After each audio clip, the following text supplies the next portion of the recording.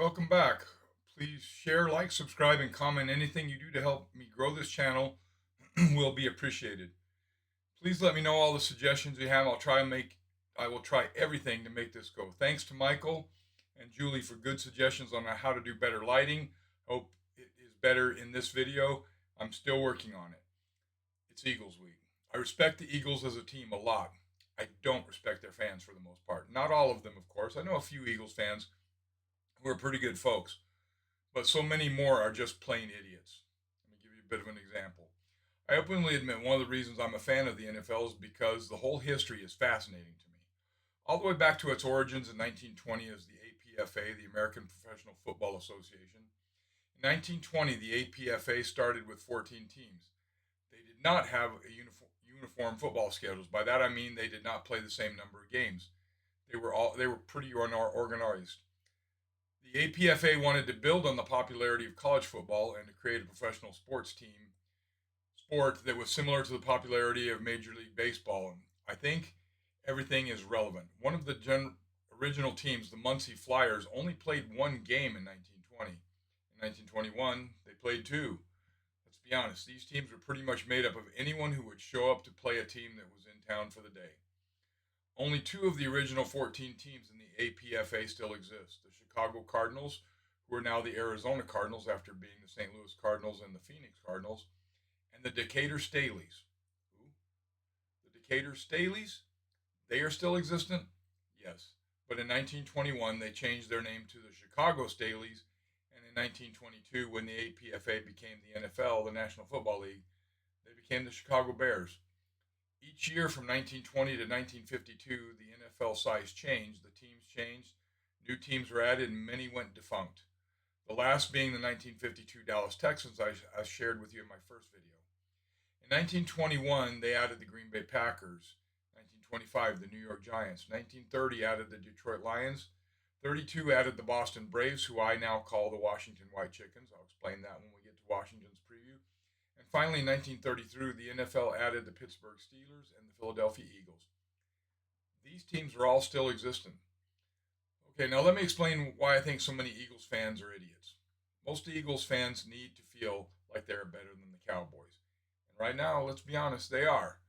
But they want to make it only about since 2000. Ignore all the rest of their history. That's because some of their history is not so good. But I maintain that in so doing, they're a bit two-faced, and if I'm being honest, dumb. From 1933 to 1999, the Eagles had some very good history that today's Eagles fans sort of want to ignore. You tell an Eagles fan that we have 5 Super Bowl championships to their two, immediately they want to tell you that they have 5 championships. And they do. In 1948, 1949, and 1960, they were the NFL champions.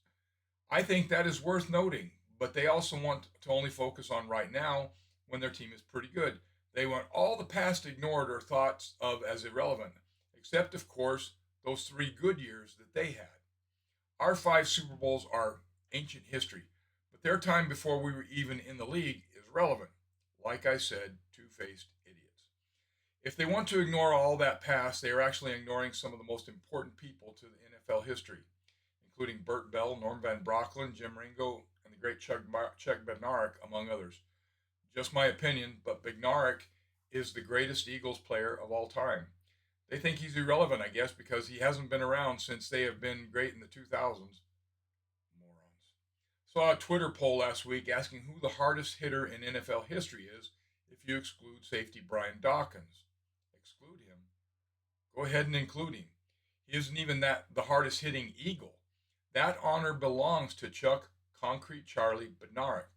If you don't know the story, look up him telling the story of hitting Frank Gifford so hard in 1960 that he missed 1961 and doesn't even remember the day that he got mollywopped by Concrete Charlie. But to modern Eagles fans, none of that matters. Okay, let me explain why none of it matters in their warped senses of perception. Because until the 2000s, the Eagles were an afterthought in most years. Did you know that in 2025 they finally moved above 500 for wins and losses? It only took them 93 years to do it. Yeah, they had 3 championship seasons sandwiched around a lot of mediocrity that modern fans want you to forget. They are 5 games over the 500 mark right now after 93 years. We've been over 500 since 1969 and are 149 games over 500 in our history. They will never sniff that. You see, when it comes right down to it, the Eagles just don't compare to the Cowboys if you look at everything. So they only want you to look at when they have been very good. They cherry pick a time frame when they are better because actually, when you look at everything, they aren't even in the discussion of the top 5 teams all time. Right now, absolutely they are. So to them, right now is all that matters. Idiotic to ignore so much, but no one ever said that they were smart that I recall. Passionate? Yes. Rude? Absolutely. Smart? Not so much. Let me share a story of an encounter with an Eagles fan, and then I will do some side by side facts for you. I was watching Monday Night Football at a restaurant in Tucson, Arizona called the Cat House. It's no longer around. It's been torn down or rebuilt and named something else. I don't remember exactly. There was an Eagles fan that every single time the Eagles did something good, he would come over and in front of the Cowboys fans, he would and he'd flex, stick his tongue out, just really being an all-around jackass. Um, right towards the end of the game, he got hit. Well, he threw an interception to Roy Williams, and then running as Roy is running in for a pick six, he got hit by Brady James and knocked completely out of the game. And all the Cowboys fans in the Cat House are just absolutely celebrating. And the guy's friends that had been doing all this posing and everything, I look around for them and I said, "Hey, where's Hulk Hogan?" They said he couldn't take it and he left. He couldn't face Dallas Cowboys fans when the things were not going his way. That's typical Eagles fan. If they're not going their way, you don't hear them. They're cockroaches that come out only when the light is shining on them. All right, now on to the historical side by side comparison. The Cowboys and Eagles have each had 3 homes since 1960 when the Cowboys arrived. The Eagles have had 6 total, but they only 3 where we could have played them. Until 2024, the Cowboys had a winning record in 5 of those 6 venues. The Eagles tied it up at the Link last year in 2024 and took the lead with game 1 this year. In every other location the 2 teams have played, Dallas owns the advantage. Prior to 2024, the only venue the Eagles held an advantage was Franklin Field, where they played in the 1960s, when we frankly were brand new and not very good at all at first. We were 4-6 at Franklin Field. This game at AT&T, which to me stands for America's Team in Texas Stadium, where the Cowboys hold a 9-7 edge. We need to extend that edge. We've been playing the Eagles since 1960 when they were the champions and we were snot-nosed kids. That's 7 decades of head-to-head history. The Eagles won more in the 1960s. They did not win more again until the 2000s. We won more in the 2010s, which they don't seem to know, and they hold a 1-game advantage in the 2020s that to them is everything. It's about to be tied this decade. Yeah, I just called it. We're going to beat them. We've played the Eagles 129 times and hold a 71-58 advantage.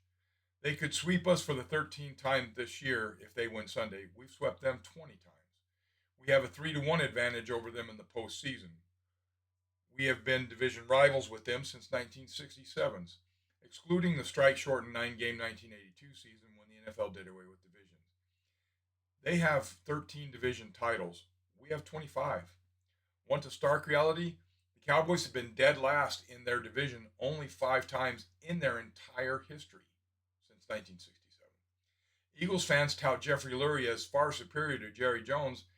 Jerry owns 4 of the 5 last place finishes by the Cowboys.